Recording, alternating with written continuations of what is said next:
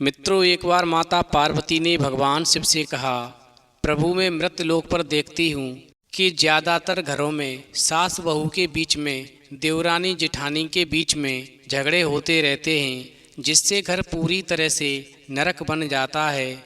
मैं जानना चाहती हूँ कि घर को स्वर्ग कैसे बनाया जा सकता है और सास बहू और देवरानी जेठानी का झगड़ा प्रेम में कैसे बदल सकता है। फिर भगवान शिव कहते हैं, पार्वती मैं तुम्हें एक ऐसी कहानी सुनाता हूँ जिस कहानी को यदि कोई भी स्त्री या पुरुष सुनेगा तो निश्चित ही उसके घर में कभी सास और बहू के बीच में या देवरानी और जेठानी के बीच में झगड़ा नहीं होंगे।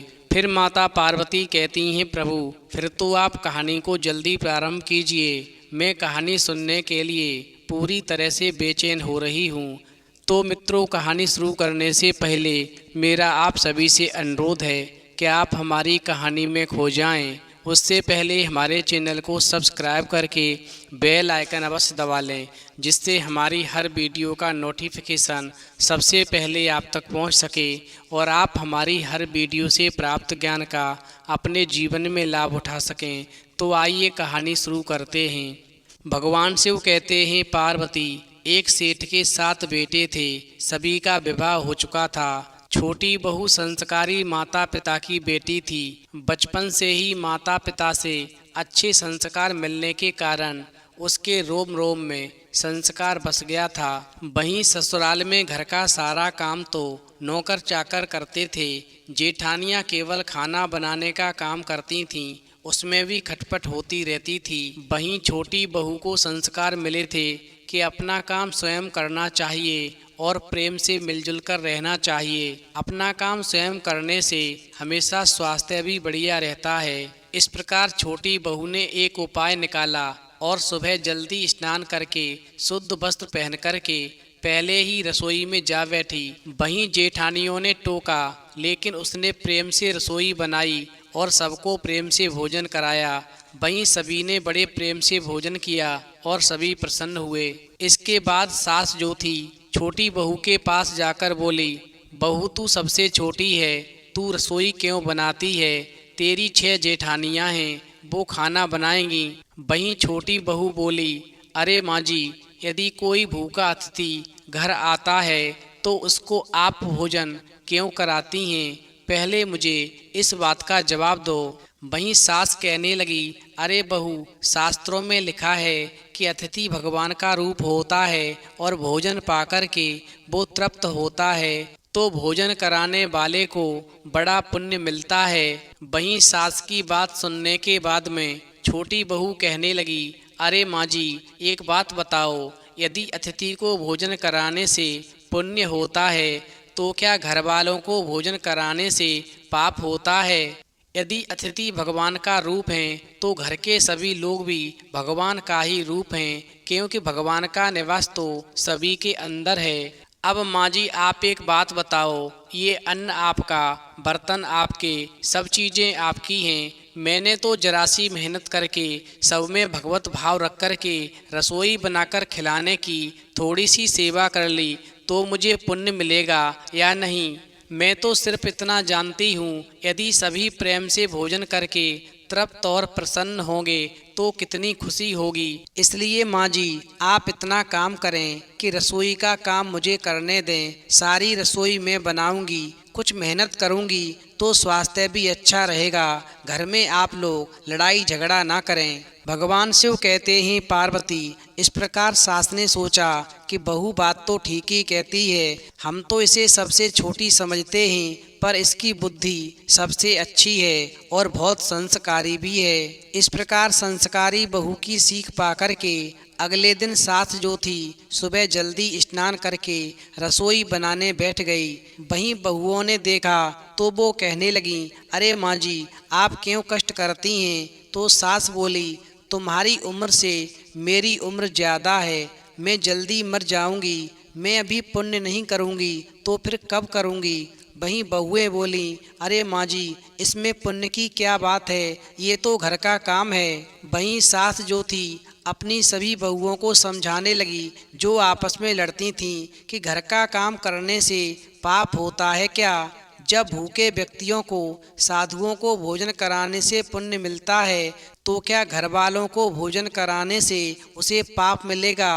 अरे सभी में तो ईश्वर का वास है, इसीलिए पुण्य हर कोई कमाना चाहता है। मैं भी कमाना चाहती हूँ, इसीलिए मैंने आज से प्रण किया है कि मैं रोजाना सबसे जल्दी उठूंगी और रसोई का सारा काम करूंगी। रसोई मैं बनाऊंगी और सबको पेट भर के बड़े ही प्रेम से भोजन खिलाऊंगी, क्योंकि ऐसा करने से मुझे बड़ा पुण्य मिलेगा, जिससे मेरा अगला जन्म सुधर जाएगा। भगवान शिव कहते हैं, पार्वती, इस प्रकार सास की बातें सुनकर सभी बहुओं को लगा कि इस बारे में तो उन्होंने कभी सोचा ही नहीं।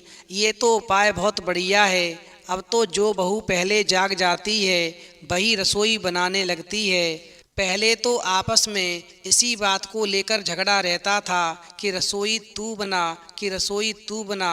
रोजाना रसोई बनाने को लेकर के घर में झगड़ा होता रहता था। घर पूरी तरह से नरक बना हुआ था। लेकिन जब से सास ने जल्दी उठ कर के रसोई क्या बनाई, पुण्य की बात क्या कह डाली कि अब तो घर में केवल यही पड़ा रहता है कि रसोई मैं बनाऊंगी, कि मैं बनाऊंगी। ऐसा भाव घर के अंदर अब पैदा हो गया। भगवान शिव कहते हैं, पार्वती, हमेशा ध्यान रखना, काम करने में तू कर इससे काम बढ़ जाता है और आदमी कम हो जाते हैं। पर मैं करूं ऐसा सोचने से काम भी हल्का हो जाता है और आदमी बढ़ जाते हैं। चूंकि छोटी बहू उत्साही थी, उसने सोचा कि अब तो रोटी बनाने में चौथे दिन बारी आती है, अब मुझे क्या करना चाहिए। लेकिन अब तो पुण्य लूटने को लेकर के मेरी सभी जेठानियाँ, सास और ससुर सभी अपने अपने काम पर घात लगाए बैठे रहते हैं। वो अपनी बारी किसी दूसरे के हाथ में नहीं देना चाहते हैं। अपनी बारी आने पर अपना काम स्वयं करना चाहते हैं। लेकिन मेरी बारी तो एक हफ्ते में केवल एक ही बार आएगी। अब मैं बीच के समय में आखिरकार क्या करूं? और फिर छोटी बहू ने बड़ा अच्छा दिमाग लगाया और घर में गेहूं पीसने की चक्की थी। वहीं छोटी बहू ने उस चक्की से गेहूं पीसना शुरू कर दिया। वहीं मशीन की चक्की का आटा गरम गरम बोरी में भर देने से जल जाता है। उसकी रोटी स्वादिष्ट नहीं होती, जबकि हाथ से पीसा गया आटा ठंडा और अधिक पौष्टिक होता है तथा उसकी रोटी भी स्वादिष्ट होती है। इस प्रकार छोटी बहू ने गेहूं पीसकर जब उसकी रोटी बनाई तो सब कहने लगे, अरे आज तो रोटी का जायका बड़ा ही विलक्षण है, आज तो रोटी का टेस्टी बहुत अच्छा है। वहीं सास जो थी अपनी छोटी बहू से कहने लगी, अरे बेटी, तू गेहूं क्यों पीसती है? तेरी सास के पास में क्या पैसों की कमी है? वहीं छोटी बहू बोली, अरे माँ जी, हाथ से गेहूं पीसने से व्यायाम हो जाता है और बीमारी भी नहीं होती। वहीं दूसरे रसोई बनाने से भी ज़्यादा पुण्य गेहूं पीसने से होता है। और फिर जब छोटी बहू की बातें सास और जेठानियों ने सुनी तो उन्हें लगा कि बहू ठीक ही कहती है। और फिर उन्होंने अपने अपने पतियों से कहा कि घर में चक्की लेकर आओ, हम सभी हाथ से गेहूं पीसेंगी। इस प्रकार रोजाना सभी जेठानियां चक्की में 2 से 2.5 सेर गेहूं पीसने लगीं। इसके बाद छोटी बहू ने देखा कि घर में जूठे बर्तन मांजने के लिए नौकरानी आती है। क्यों ना अपने जूठे बर्तन खुद साफ करने चाहिए, क्योंकि सब में ईश्वर का वास है, तो कोई दूसरा हमारा जूठा क्यों साफ करे। इस प्रकार छोटी बहू ने अगले दिन सारे बर्तन मांज दिए तो सास फिर कहने लगी, अरे छोटी बहू, जरा सोचो, बर्तन मांजने से तुम्हारे गहने घिस जाएंगे, कपड़े खराब हो जाएंगे। वहीं सास की बात सुनकर के छोटी बहू कहने लगी, अरे माँ जी, हमेशा ध्यान रखना, काम जितना छोटा होता है उसका फल उतना ही ज़्यादा प्राप्त होता है। क्योंकि पांडवों के यज्ञ में भगवान श्री कृष्ण ने झूठी पत्तलें उठाने का काम किया था। और फिर तो ऐसा ज्ञान पाकर के अगले दिन सास जो थी बर्तन मांजने बैठ गई।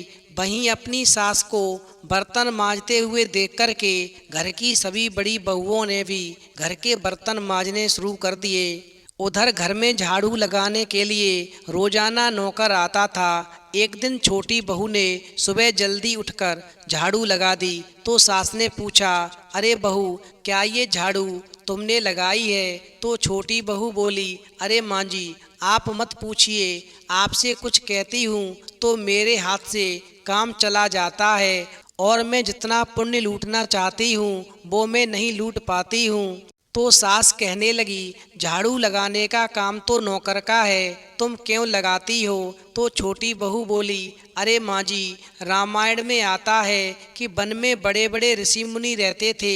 भगवान उनकी कुटिया में न जाकर पहले सबरी की कुटिया में गए थे, क्योंकि सबरी रोजाना चुपके से झाड़ू लगाती थी, पंपा सरोवर का रास्ता साफ करती थी, क्योंकि उन रास्तों से होकर के ऋषि मुनि जाते थे।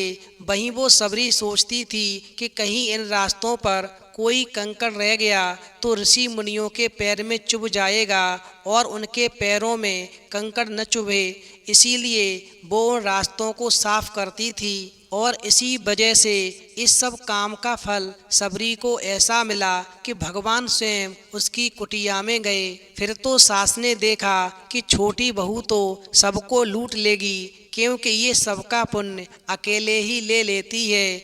अब तो सास और सभी बहुओं ने मिलकर के झाड़ू लगानी शुरू कर दी। यानी जिस घर में आपस में प्रेम होता है वहाँ लक्ष्मी का वास होता है, और जहाँ कलह होती है वहाँ निर्धनता आती है। और इस प्रकार सेठ का धन जो था दिनों दिन बढ़ने लगता है। वहीं उसने घर की सब स्त्रियों के लिए गहने और कपड़े बनवा दिए। और फिर छोटी बहू ससुर से मिले गहने लेकर के बड़ी जेठानी के पास जाकर बोली, आपके बच्चे हैं, आप उनका विवाह करोगी तो गहने बनवाने पड़ेंगे। मुझे तो अभी कोई बच्चा नहीं है, इसलिए इन गहनों को आप ही रख लीजिए। वहीं गहने जेठानी को देकर छोटी बहू ने कुछ पैसे और कपड़े नौकरों में बांट दिए। वहीं सास ने देखा तो सास कहने लगी, अरे छोटी बहू, ये तुम क्या करती हो?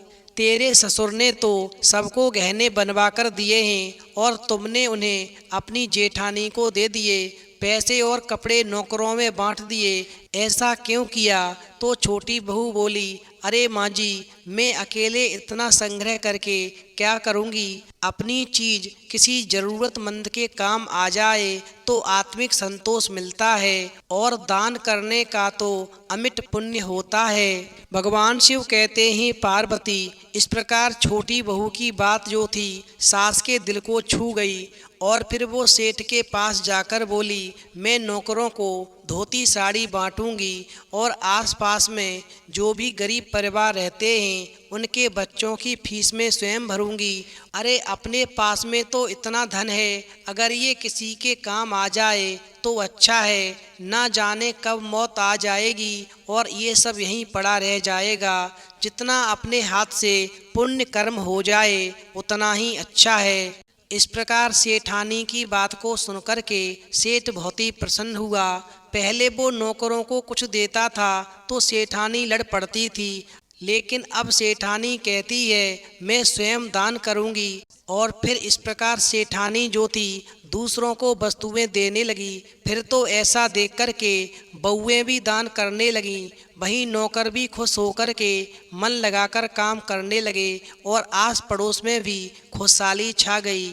अंत में भगवान शिव कहते हैं, पार्वती, श्रेष्ठ मनुष्य जो आचरण करता है दूसरे मनुष्य भी उसी के अनुसार आचरण करते हैं। छोटी बहू ने जो आचरण किया उससे उसके घर का तो सुधार हुआ ही, साथ में पड़ोस पर भी उसका अच्छा असर पड़ा। उनके घर भी सुधर गए।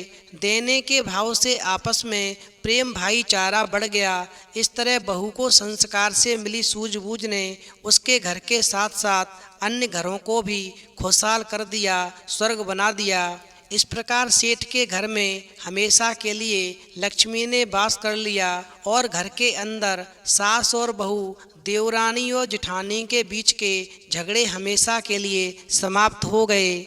और फिर भगवान शिव कहते हैं, पार्वती, जो भी स्त्री पुरुष इस कहानी को मन से सुनेगा, अपने जीवन में इससे प्राप्त ज्ञान को उतारेगा, तो मैं ऐसे घर के सारे दुख मिटा दूंगा और ऐसे घर में खुशियां भर दूंगा।